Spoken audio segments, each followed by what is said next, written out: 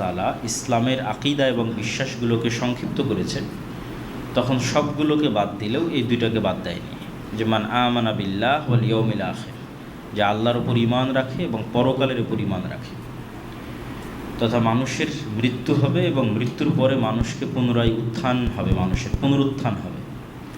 তো পুনরুত্থানের এই বিশ্বাস, পৃথিবী ধ্বংসের পরে মানুষের যে পুনরুত্থান হবে, এই বিশ্বাসটা ইসলামের যদি আমরা সর্বশেষ সামারি করি তাহলে তার মধ্যেও এটি জায়গা পাবে, এবং পুরো কোরআনের সকল কথাটা যদি সারমর্ম করা হয় তার মধ্যে জায়গা পাবে। এবং মানুষের যত রকমের মন্দ আমল, খারাপ বিশ্বাস, গুনাহ সব কিছু থেকে বাঁচার রাস্তা হচ্ছে এই দুইটা বিশ্বাসকে মজবুত করা, আল্লাহর উপর বিশ্বাসকে মজবুত করা, মৃত্যুর পর আবার যে আমাদের আল্লাহ পুনরুত্থান ঘটাবেন সেটির প্রতি বিশ্বাসকে মজবুত করা, কিয়ামত যে হবে এটির প্রতি বিশ্বাসকে মজবুত করা। যদিও পুনরুত্থানের উপর বিশ্বাস এত জটিল কিছু নয়, এই জন্য জটিল নয় যে আমাদের শরীর যতটা জ্যান্ত এবং জীবন্ত, আমাদের আশেপাশে যত গাছপালা আছে তারা অতটা জ্যান্ত জীবন্ত নয়। গাছপালার চাইতে মানুষ বেশি জ্যান্ত জীবন্ত। তো ওই গাছপালা থেকে যে মৃত বীজ বের হচ্ছে, দানা, ওই মৃত দানাকে যখন মাটিতে পুঁতে দেওয়া হচ্ছে তখন সেখান থেকে আবারও আরেকটি জ্যান্ত জীবন্ত গাছ বের হয়ে আসতেছে। তো ওই মৃত দানা থেকে জ্যান্ত জীবন্ত গাছ বের হওয়া বেশি আশ্চর্যের, না মানুষের মতো একটি জ্যান্ত জীবন্ত প্রাণীর মেরুদণ্ড, মানুষের শরীরকে মাটিতে পুঁতে দেওয়া হবে আর সেখান থেকে পুনরায় মানুষ মাটি থেকে বের হয়ে আসবে, কোনটা বেশি আশ্চর্যের?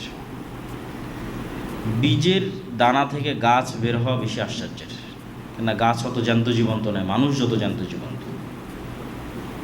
তাহলে মানুষের মাটির মধ্যে থেকে পুনরায় বের হয়ে আসা কম আশ্চর্যের, একটা বীজ থেকে একটা জ্যান্ত জীবন্ত বিশাল গাছ বের হয়ে আসতেছে, এটা বেশি আশ্চর্যের। আর ওইটা আমরা সকাল সন্ধ্যা দেখতেছি আমাদের আশেপাশে। আর এই উদাহরণটাই আল্লাহ কোরআনে বারবার দিয়েছে, যে একটা মৃত ভূমি, আজ থেকে 50 লক্ষ বছর পূর্বে ওখানে একটা বীজ পড়েছিল, কোনোদিন বৃষ্টি হয়নি, আজকে বৃষ্টি হবে, ওই বীজ থেকে আজকে গাছ বের হবে, এটা বেশি আশ্চর্যের? না তোমার মতো জ্যান্ত জীবন্ত মানুষ মাটিতে পুঁতা অবস্থায় থাকবে আর আল্লাহর আদেশে আবার মাটি থেকে তরতর করে বের হবে, কোনটা বেশি আশ্চর্যের? যেটা আশেপাশে দেখতেছে এটা বেশি আশ্চর্যের, তোমারটা আরও সহজ।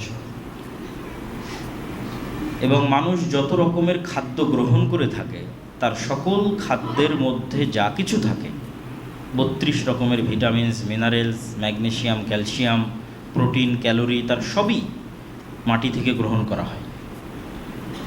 যত রকমের গাছপালা, সেই গাছপালা আবার খাসি, বকরি, গরু তারা খায়, তাদের গোস্ত আবার আমরা খাই, আবার ওই সমস্ত গাছপালার ফল ফলাদি আমরা খাই। ফলত একটা কলার গাছ থেকে যে কলা ছিঁড়ে আমি খাচ্ছি, ওই কলার মধ্যে যে ম্যাগনেসিয়াম আছে, ক্যালসিয়াম আছে, এটা ওই কলা মাটি থেকে নিয়েছে।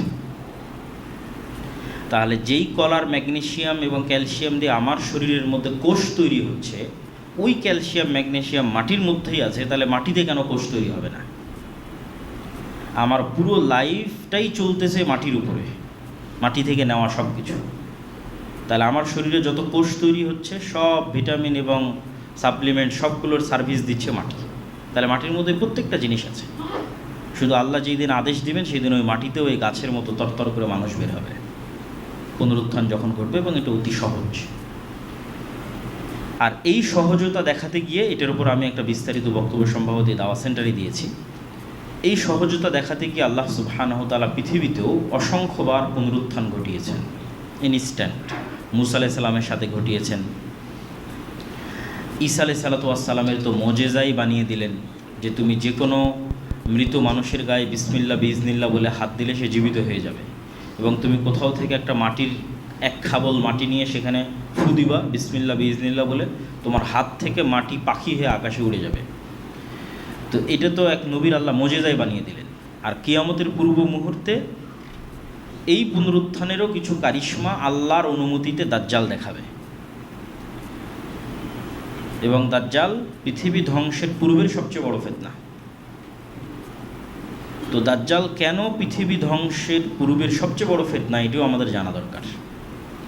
আমরা ফিতনার আলোচনা হয়তো সারমর্ম সামারি আকারে শেষ করব, কিন্তু কেন দাজ্জালের ফিতনা ভয়াবহ, সবচেয়ে ভয়াবহ ফিতনা কেন বলা হচ্ছে এটিকে? আদম আলাইহিস সালাম থেকে নিয়ে কিয়ামত পর্যন্ত যত ফিতনা অতীতে সংঘটিত হয়েছে, আজ হচ্ছে, তার মধ্যে সবচেয়ে বড় ফিতনা বলা হচ্ছে এটিকেই, যেই ফিতনা মোকাবেলা করবে উম্মতে মুহাম্মদ। এটার সবচেয়ে বড় কারণ যেটা আমার মনে হয়েছে সেটি হচ্ছে আল্লাহ সুবহানাহু ওয়া তাআলা, আমি বলেছি যে ইসলামের দুইটা সারমর্ম, একটা পরকাল আর একটা আল্লাহর তাওহীদ। তো আল্লাহ সুবহানাহু ওয়া তাআলার যে তাওহীদ, এই তাওহীদের বিরুদ্ধেই মানুষ বিদ্রোহ করেছে, আর ওই তাওহীদের দাওয়াত দিতে আল্লাহ নবী রাসূল পাঠিয়েছে। তো যত নবী রাসূল এই তাওহীদের দাওয়াত দেওয়ার জন্য এসেছে, তাদের তাওহীদের দাওয়াতের মূল যুক্তি ছিল, যেই যুক্তি তর্ক দিয়ে আল্লাহ কোরআন পরিপূর্ণ করে রেখেছে, সেই যুক্তি ছিল যে তোমরা যে বাতিল ইলাহের ইবাদত করতেছো, এই বাতিল ইলাহের মধ্যে যে রব হওয়ার কোনো শক্তি নাই, কোনো ক্ষমতা নাই, কোনো গুণ নাই, তাহলে কেন তোমরা তার ইবাদত করতেছো? আরও এক বাক্যে বললে, ইবাদতের যোগ্য সেই যে রব হওয়ার ক্ষমতা রাখে। যে রব হওয়ার ক্ষমতা রাখে না, সে ইলাহ হওয়ার যোগ্য নয়। তার কাছে আমি সাহায্য চাইবো, এটারও সে যোগ্য নয়। তার কাছে সিজদা করবো, এটারও সে যোগ্য নয়। তার নামে মানত দেবো, এটারও সে যোগ্য নয়। কে এটার যোগ্য? যে রব হওয়ার ক্ষমতা দেখাতে পারবে।